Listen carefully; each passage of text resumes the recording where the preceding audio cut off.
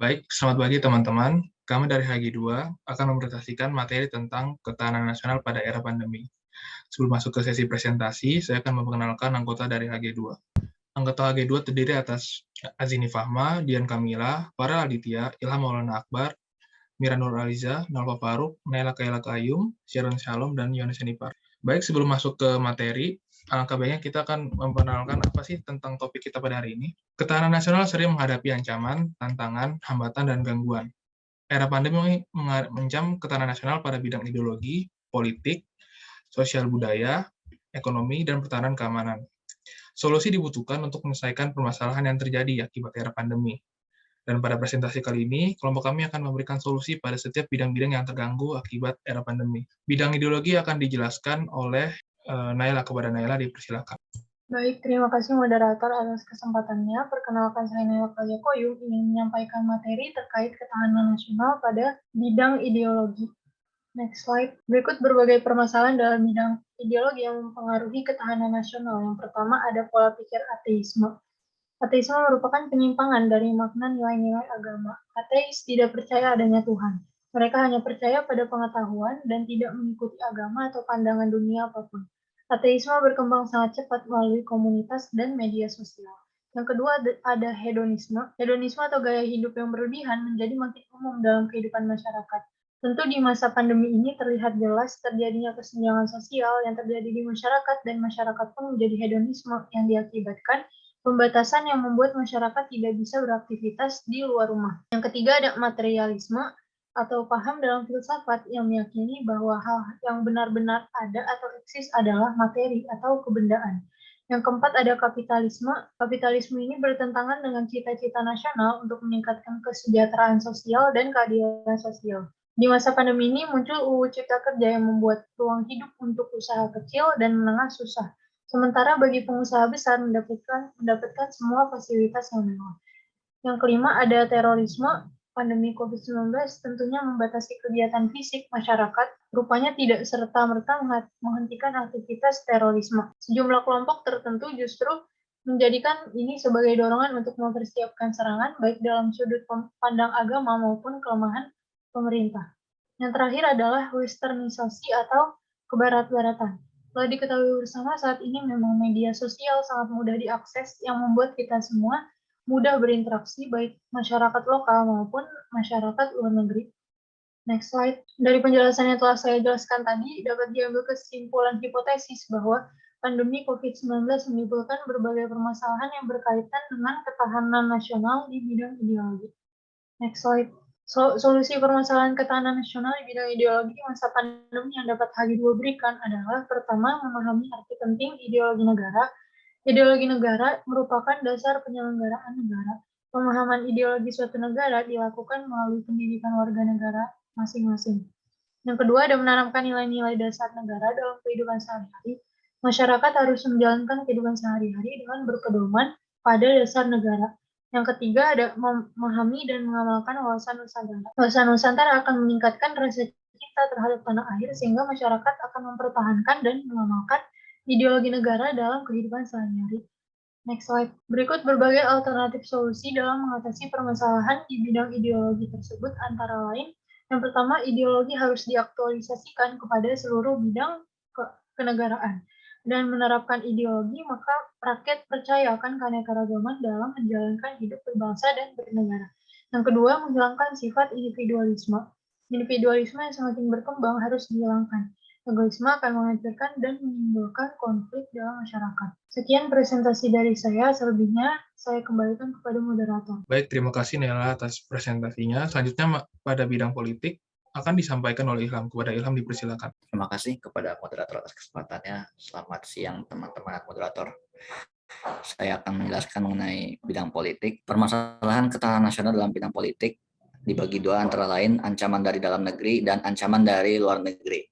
Ancaman dari dalam negeri dapat berupa segala bentuk penggunaan kekuatan seperti pengerahan massa yang bertujuan menumbangkan pemerintahan yang sah dan segala bentuk separatisme.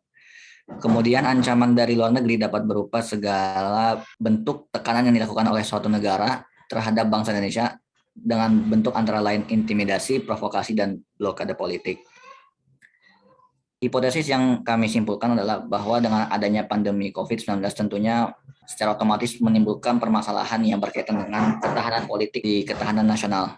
Solusi permasalahan ketahanan nasional di bidang politik antara lain yang pertama penguatan ideologi Pancasila, kemudian penguatan konsep Bhinneka Tunggal Ika, ketiga mengembangkan demokrasi politik, empat mengadakan reformasi seluruh lembaga politik, lima memperkuat kepercayaan masyarakat dengan menjalankan roda pemerintahan yang bersih dan berwibawa, keenam memperkuat supremasi hukum, ketujuh memperkuat posisi dan wibawa bangsa Indonesia di kancah politik luar negeri.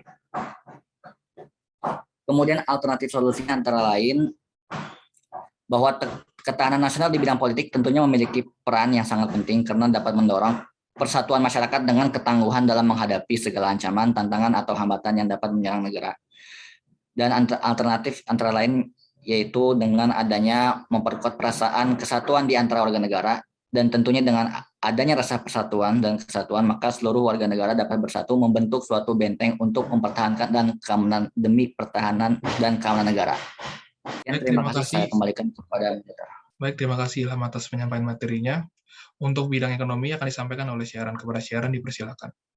Baik, terima kasih moderator atas waktu dan kesempatan yang telah diberikan. Pada kali ini saya akan menjelaskan tentang permasalahan ketahanan nasional di bidang ekonomi. Masa pandemi ini menyebabkan ketahanan nasional pada bidang ekonomi terganggu. Kegiatan produksi, konsumsi, dan distribusi dalam kegiatan ekonomi sangat berdampak.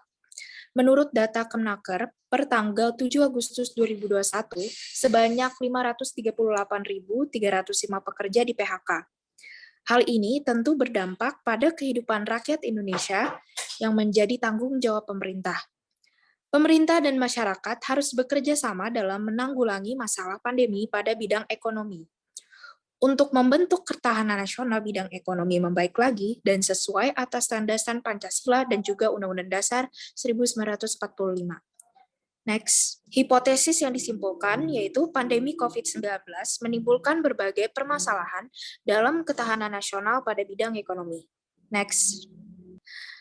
Berikut berbagai solusi permasalahan ketahanan nasional pada bidang ekonomi. Yang pertama yaitu memberikan BLT untuk rakyat kurang mampu. Pemerintah harus memberikan BLT untuk rakyat kurang mampu agar dapat membantu meringankan masalah yang dihadapi. Kemudian solusi yang kedua yaitu memberikan subsidi untuk rakyat yang terkena dampak pandemi. Subsidi tersebut dapat berupa jaminan kesehatan dan juga kuota pendidikan. Kemudian solusi yang ketiga yaitu ada memberikan bantuan untuk UMKM. Memberikan bantuan dana, menggalakkan gerakan, membeli produk lokal, serta mengadakan festival produk lokal. Dapat memberikan keringanan serta bantuan untuk UMKM. Next. Kemudian berikutnya ada alternatif solusi ekonomi, yaitu yang ada berupa bantuan tunai, zakat, wakaf, infak, sedekah, serta bantuan lainnya itu dapat berupa bantuan modal, UMKM, pengembangan teknologi, dan juga keuangan syariah. Sekian presentasi dari saya mengenai permasalahan ketahanan nasional di bidang ekonomi. Selanjutnya saya kembalikan ke moderator. Baik, terima kasih Sharon atas penyampaian materinya. Selanjutnya pada bidang sosial dan budaya akan disampaikan oleh Azini. Kepada Azini dipersilakan. Terima kasih moderator atas kesempatan waktunya. Saya akan mempresentasikan tentang ketahanan nasional di bidang sosial dan budaya. Yang pertama ada permasalahan sosial budaya. Setiap bangsa mempunyai tujuan nasional dalam proses nasional menghadapi hakikat ancaman dalam segala bentuk dan manifestasinya, baik secara langsung maupun tidak langsung, baik yang berasal dari dalam maupun dari luar. Contohnya yaitu budaya pop, individualisme, dan stereotip. Next slide. Hipotesis yaitu pandemi COVID-19 menimbulkan berbagai permasalahan dalam ketahanan nasional pada bidang sosial dan budaya. Next slide. Selanjutnya, ada solusi permasalahan sosial budaya, yaitu yang pertama, meningkatkan kebutuhan akan mobilitas tenaga kerja dan juga mobilitas modal. Yang kedua, menanam berbagai macam nilai moralitas kepada masyarakat Indonesia. Yang ketiga, meningkatkan industri kecil yang dimana di sebuah pedesaan. Yang keempat, melakukan asuransi kesehatan. Yang kelima, melakukan program pendidikan ke luar negeri. Next slide. Yang selanjutnya ada alternatif solusi.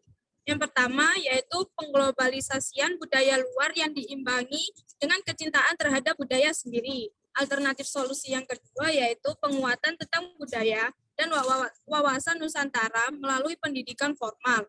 Adapun alternatif solusi yang terakhir yaitu melakukan penyaringan budaya dengan menggunakan nilai-nilai yang terkandung dalam Pancasila.